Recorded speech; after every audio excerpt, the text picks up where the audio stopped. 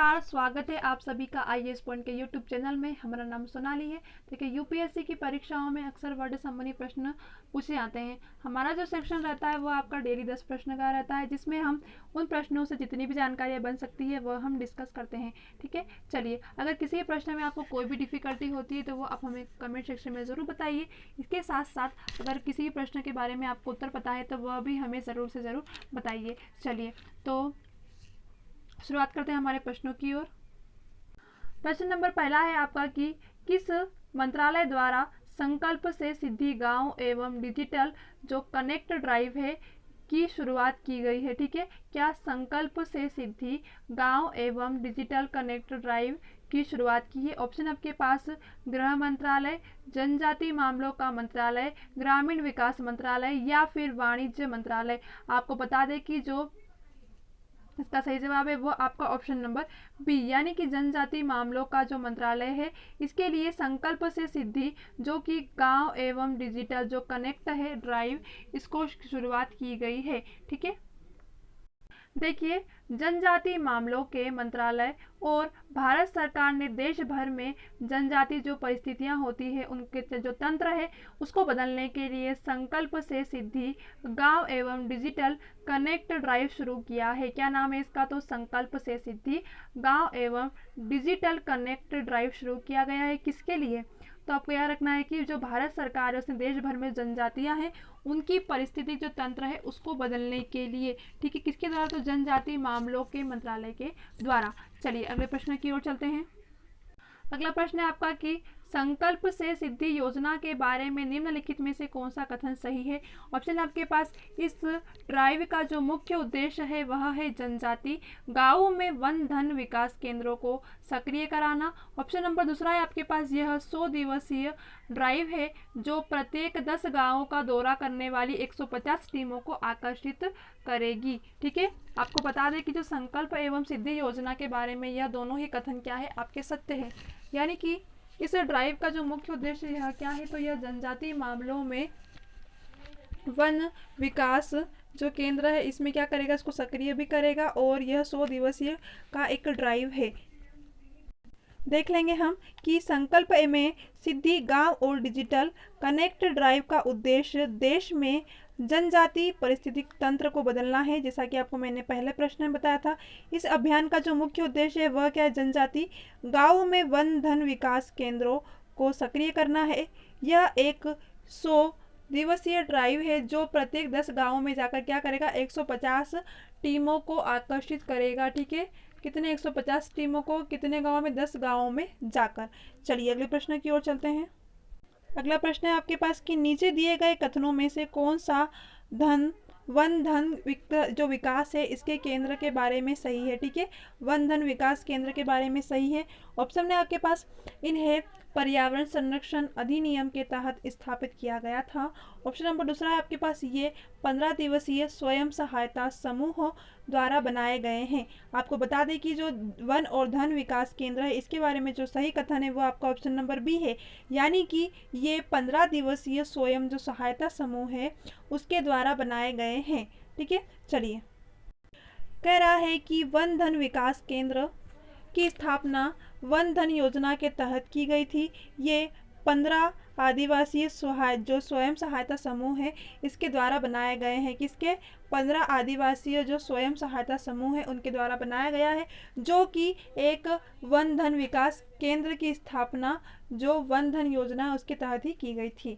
अगले प्रश्न की ओर चलते हैं।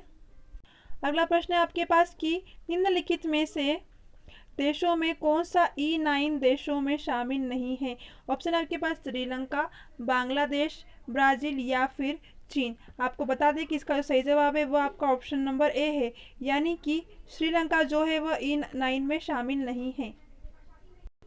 देखिए, E9 में बांग्लादेश, ब्राज़ील, चीन, मिस्र, भारत, इंडोनेशिया, मेक्सिको, जो नाइजीरिया और पाकिस्तान जैसे क्या है यह 9 देश का क्या है? यह फॉरम है। ठीक है, एक फॉरम है जिसे कि E9, क्योंकि ये 9 देश है तो इनको E9 बोला गया है, जो कि इन 9 देशों का क्या है? एक फॉरम है। ठीक है, चलिए अगले प्रश्न की ओर चलते हैं। अगला प्रश्न है आपका कि E9 फोरम देशों का जो उद्देश्य है वह क्या है? सभी पहल के लिए यूनेस्को की शिक्षा के लक्ष्यों को प्राप्त करना, विश्व शांति के लिए विरोध करना, जनसंख्या नियंत्रण हासिल करना। ये 3 ऑप्शन है आपके पास जो कि F9 फोरम देश का उद्देश्य है। तो इसका जो सही जवाब है वो आपका ऑप्शन नंबर ए है, यानी कि सभी पहल के लिए यूनेस्को में जो शिक्षा है उसके लक्ष्य को प्राप्त करना, यूनेस्को की शिक्षा के लक्ष्य को क्या करना, प्राप्त करना, यही F9 फोरम का क्या है, उद्देश्य है। कह रहा है कि F9 ने 9 देशों का एक फोरम है, जैसा कि हमने 9 देश पढ़ लिए आगे, जिसका उद्देश्य यूनेस्को की शिक्षा फॉर ऑल पहल के लक्ष्यों को प्राप्त करना है। ठीक है, चलिए अगले प्रश्न की ओर चलते हैं। अगला है आपके पास कि E9 पहल किस वर्ष शुरू की गई थी? 1992, 1991, 1987 या 1983। आपको बता दें कि जो E9 पहल है यह 1993 में शुरू की गई थी। कब की गई थी? 1993 में। अब देखिए इसके बारे में, तो E9 पहल 1993 में नई दिल्ली में ईफा शिखर सम्मेलन में शुरू की गई थी। किसमें? ईफा शिखर सम्मेलन में, जो कि नई दिल्ली में हुआ था। कब? 1993 में F9 की पहल जो है शुरुआत की गई थी। कब? 1993 में। अगले प्रश्न की ओर चलते हैं। अगला प्रश्न है आपका कि कौन सा देश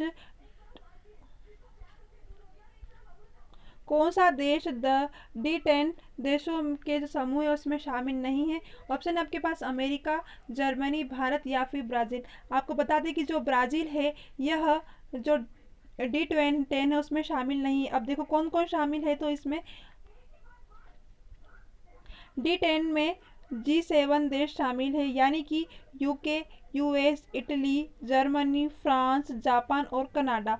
ठीक है, ऑस्ट्रेलिया, दक्षिण कोरिया और भारत शामिल है। ठीक है, ये सब देश है जो कि D10 में G7 में शामिल है। कौन कौन? UK, US, Italy, Germany, France, Canada, Australia, दक्षिण कोरिया और भारत। ठीक है, इस सूची में ब्राज़ील शामिल नहीं है। ठीक है, हमसे प्रश्न में यही पूछा गया है कि शामिल कौन सा देश नहीं है? तो अमेरिका भी है, जर्मनी भी है, भारत भी है, परंतु ब्राज़ील नहीं है।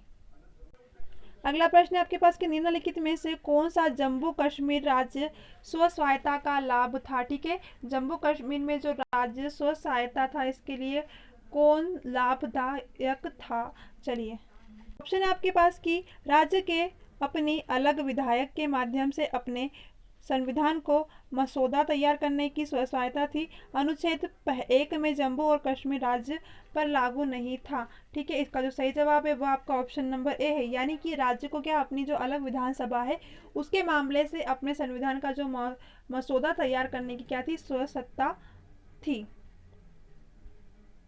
देखिए, अनुच्छेद 370 में कहा गया है कि जम्मू और कश्मीर को अलग संविधान सभा के माध्यम से अपना संविधान तैयार करने के लिए जो स्वाय सत्ता है उसको प्रदान की गई थी। हालांकि अनुच्छेद 1 में जम्मू और कश्मीर राज्य में भी अब क्या है, राज्य पर भी लागू है। ठीक है, चलिए अगले प्रश्न की ओर चलते हैं। अगला प्रश्न है आपका कि हाल ही में किस देश ने वैक्सीन पासपोर्ट जारी करने से इनकार कर दिया है? नीचे सूचीबद्ध लोगों में देश का नाम चुनना है। ऑप्शन है आपके पास यूके, अमेरिका, चीन या फिर रूस। आपको बता दें कि इसका जो सही जवाब है वो आपका होगा अमेरिका। अमेरिका ने क्या किया है? वैक्सीन पासपोर्ट जारी करने से इनकार कर दिया है। ठीक है, तो वह कौन सा देश है? तो अमेरिका। अब देखो उन्होंने क्या किया था, उन्होंने 6 अप्रैल 2021 को यह सूचित किया था कि जो संयुक्त राज्य अमेरिका है उसमें वैक्सीन पासपोर्ट जारी नहीं करेगा। क्या करेगा? यह वैक्सीन पासपोर्ट जारी नहीं करेगा। कब? तो 6 अप्रैल 2021 को यह सूचित किया गया था। आज के हमारे प्रश्न यहीं सब पर समाप्त होते हैं। इसके साथ साथ अगर किसी प्रश्न में आपको कोई भी डिफ़िकल्टी हुई हो तो वह आप हमसे कमेंट सेक्शन में ज़रूर पूछ सकते हैं। चलिए, तब तक के लिए आप सभी को बेस्ट ऑफ लक। मिलते हैं हमारी अगली क्लास में।